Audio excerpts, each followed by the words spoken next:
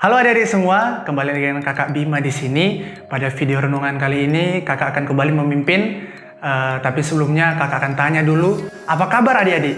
Kiranya adik-adik tetap semangat, tetap sehat, apalagi di tengah masa yang tidak mudah ini adik-adik ya. Belajar online, pembelajaran jarak jauh, kayaknya adik-adik juga tetap semangat menghadapi ini semua.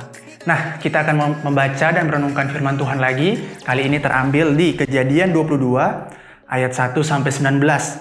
Ini panjang jadi tidak akan kakak baca semua. Adik-adik bisa baca di rumah. Kakak akan baca ayat 12. Lalu ia berfirman, "Jangan bunuh anak itu dan jangan kau apa-apakan dia. Sebab telah kuketahui sekarang bahwa engkau takut akan Allah dan engkau tidak segan-segan untuk menyerahkan anakmu yang tunggal kepadaku."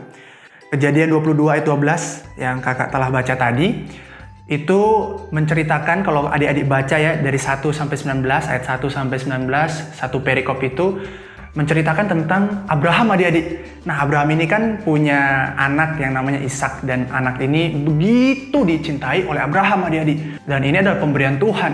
Tapi adik-adik, tiba-tiba Tuhan memerintahkan Abraham untuk mempersembahkan Ishak adik-adik. Nah, misalkan nih adik-adik itu ya, dulu kakak itu pengen banget beli laptop baru adik-adik. Nah, akhirnya sekitar beberapa tahun yang lalu, tepatnya tahun lalu sih adik-adik ya, kakak dibelikan nih oleh orang tua kakak. Nah, kakak itu sangat senang adik-adik dibelikan laptop baru. Adik-adik bisa bayangkan nggak kalau orang tua kakak tiba-tiba bilang gini ke kakak, "Bima, buang laptopnya." Wah, kakak nggak bisa bayangin sih adik-adik. Benda laptop yang kakak sangat tunggu-tunggu, kakak cari, kakak impikan, tiba-tiba mau dibuang adik-adik. Wah, nggak bisa adik-adik, sedih sekali hati kakak. Nah, kayak begitu adik-adik Abraham. Ketika dia meminta anak, akhirnya sudah diberikan. Nah, tiba-tiba anak ini mau diambil Tuhan.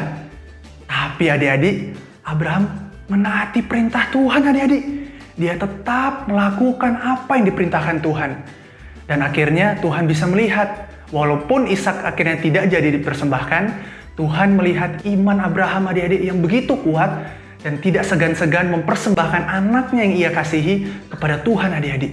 Nah, adik-adik, dari kisah ini kita bisa belajar di tengah masa yang tidak mudah atau mungkin tantangan hidup yang masa seperti ini sih?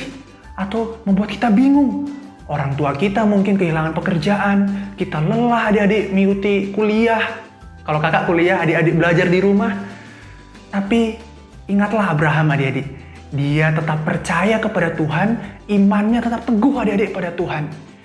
Kita sebagai orang Kristen tidak beriman pada keadaan adik-adik. Ketika keadaan berubah, iman kita tidak berubah.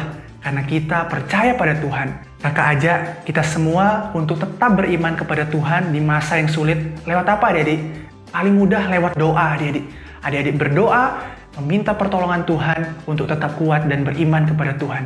Jangan digoyahkan oleh keadaan adik-adik. Oke? Nah, untuk ayat hafalan, kakak ambil di Yakobus 4 ayat 6.